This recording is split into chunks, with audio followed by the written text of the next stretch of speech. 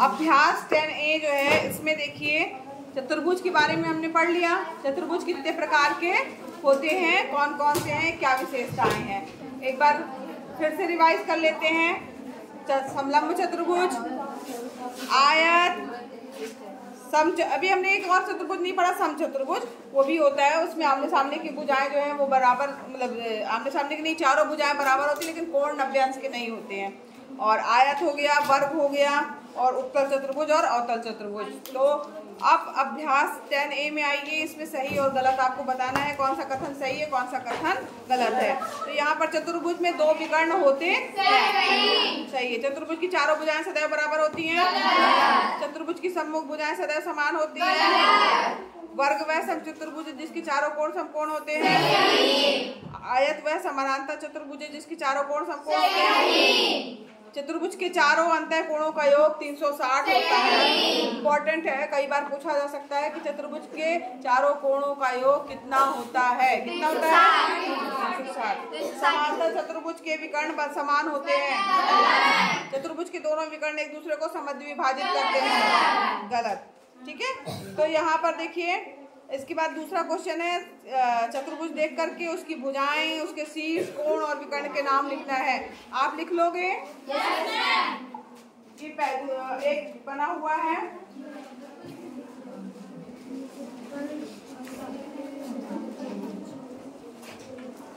ऐसे बना हुआ ना, ये D है, ये D है, ये F है और ये E है। इसमें जो है आपको भुजाएं, कौन कौन सी भुजाएं हैं, तो DE, ठीक है, भुजाएं कौन कौन सी होंगी, DE हो गया, EF हो गया, और क्या हो गया, FG हो गया, और GD लिख सकते हो या DG, कुछ भी लिख दो, आगे पीछे कोई फर्क नहीं पड़ता। 4 भुजाएं ये हो गई।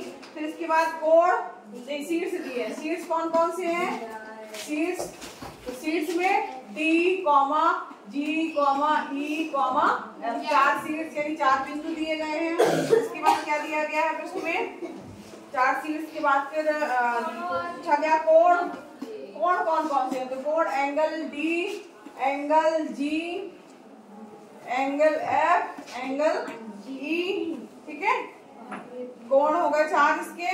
और इसके बाद फिर क्या कहते हैं, विकर्ण भी दिए गए हैं, विकर्ण D और F विकर्ण है, और यहाँ पर G और E विकर्ण है, ये विकर्ण है। इस तरीके से इस प्रश्न को आप हल कर लेंगे। सबको समझ में आ रहा है?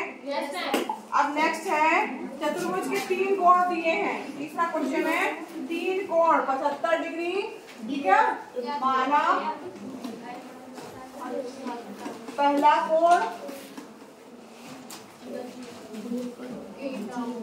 एंगल A बराबर क्या दिया है 75, एंगल B बराबर, दूसरा कोण क्या मान लिया है, एंगल B बराबर 95, और तीसरा कोण एंगल C बराबर 110, ठीक है। तो यहाँ पर 3 कोण आपके दिए गए हैं जिनको हमने मान लिया A, B, C।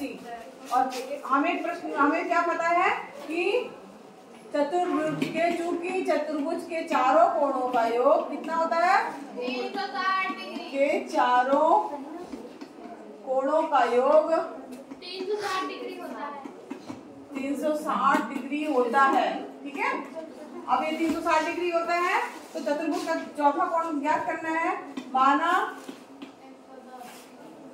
चौथे कोण का मान, चौथे कोण का मान क्या है, x डिग्री है, तो क्या हो जाएगा A प्लस B, चौथे कोण यहाँ पे एंगल D लिख देना, ठीक है, angle C plus angle D बराबर 360। एंगल A बराबर कितना दिया है 75, B बराबर 95, C बराबर 110, और एंगल D बराबर हमने क्या मान लिया, x बराबर 360।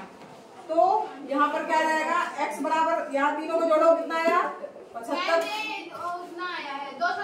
290 लिख सही है, प्लस x बराबर 360, 5 5 10 की 0, 1 60, 10 18, कहाँ आया, गलत जोड़ी हो क्या, 10 1 18 18 की 8, 280 भाई 75 और 95 जोड़ो कितना आ जाएगा? 100 170 भी हो गया, 170 करने 280 आएगा। तो x बराबर क्या हो जाएगा? 360 माइनस 280। अब x का मान क्या आ जाएगा? 280 घटा दीजिए 80।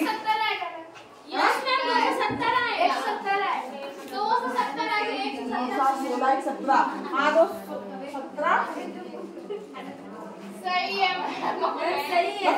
सही है। तुम लोग जबरदस्ती मत बोलो। 260 360 में 280 गया कितना आया?